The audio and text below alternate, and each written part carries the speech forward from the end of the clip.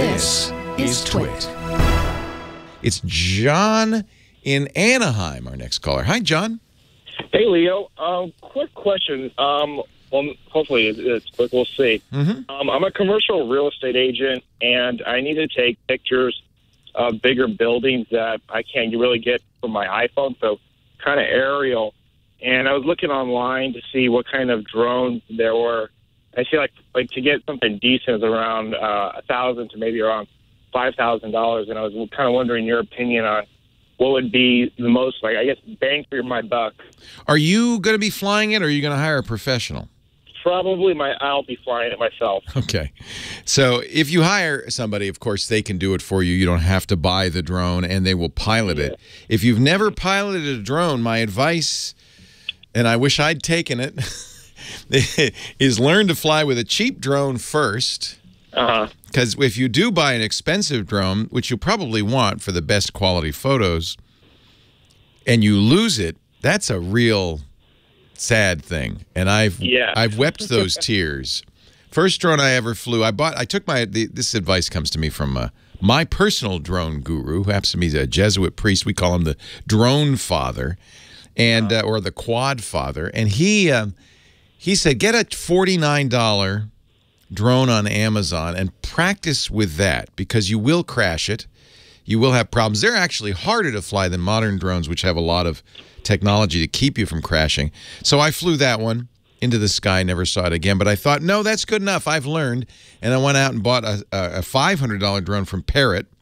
They call it the Bebop. They said anybody could fly this. You just push button. You can't go wrong. Crashed immediately and broke one of the wings, and now it won't even fly sideways. So practice with a cheap one. And then the one everybody uses is the DJI Phantom. Okay. That's the best choice out there, and they make a variety of them in a variety of prices. You're not worried so much about video, I take it, or are you? Not so much video, mostly just pictures. Yeah. The Phantoms they've been doing this the longest time. They have really excellent capabilities. There's a variety of series, so you can buy the one that fits your needs specifically. They range anywhere from 500 to thousands. Yeah. And then the other company that really kind of started this whole thing is Parrot, P-A-R-R-O-T-A-R. And the Parrot AR drones were the first drones to be controlled with iPhones, first drones to kind of have self-righting mechanisms. They're very good. And they make a drone called the Bebop. That's the one I flew into a tree. That is a very nice quadcopter. I really like it. But the key for I'll tell you why I like let me just make sure they're still selling the Bebop, because they may have, yeah, they are. The Bebop has a nice feature. It's got a very high-quality camera. Normally, there's two ways to take pictures with a drone. One is to have a mechanism that pan, tilts, and zooms the camera. So you get the drone in position, and then you maneuver the camera to get the shot you want. The Bebop is kind of cool. It has a fixed camera, but it's very high resolution. And what you end up doing is panning around within the field of view of the camera. The camera is very wide angle, high resolution. And so you can get great shots without having to move the camera around. And that gives you, it makes it easier to maneuver. It lowers the price. Now, remember that if you're using this for commercial purposes, you have to register it with the Federal Aviation Administration. You have to pass a course. Yeah. So that's another reason why you might want to just hire somebody if you're not going to do it all the time. On the other hand, it's a really fun hobby. And you know, my friend Trey Ratcliffe, who's a drone guru as well as a high dynamic range photography guru, is a brilliant photographer.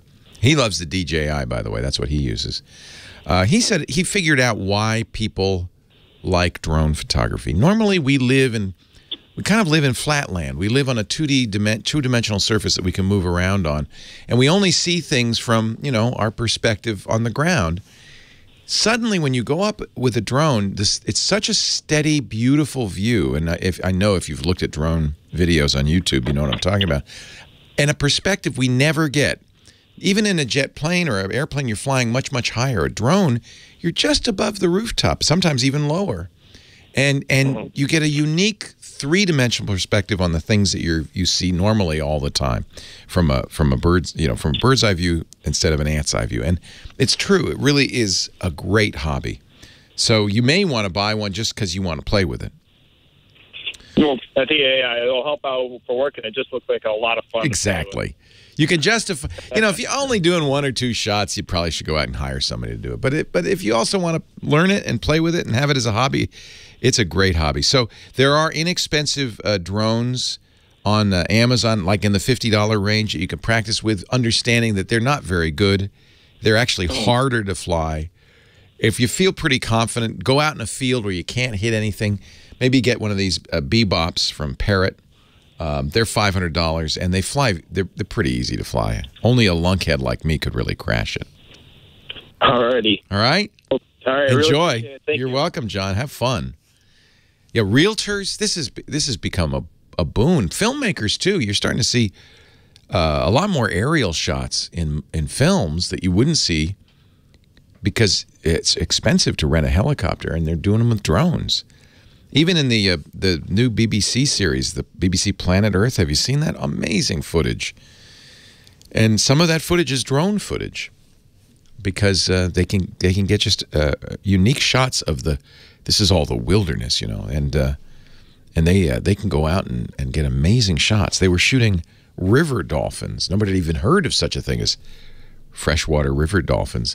And they used a drone because it was the only way they could, kind of see down into the water without scaring away the dolphins with a boat. It's pretty cool what you can do with a drone, and a great hobby. But do be aware that there are now FCC regulations. There's issues of privacy, public safety, safety for airplanes as well. There are some pretty strict rules, so you want to make sure you learn about the rules, take the tests you need to take, get the license if you're gonna play with drones. Pretty cool stuff.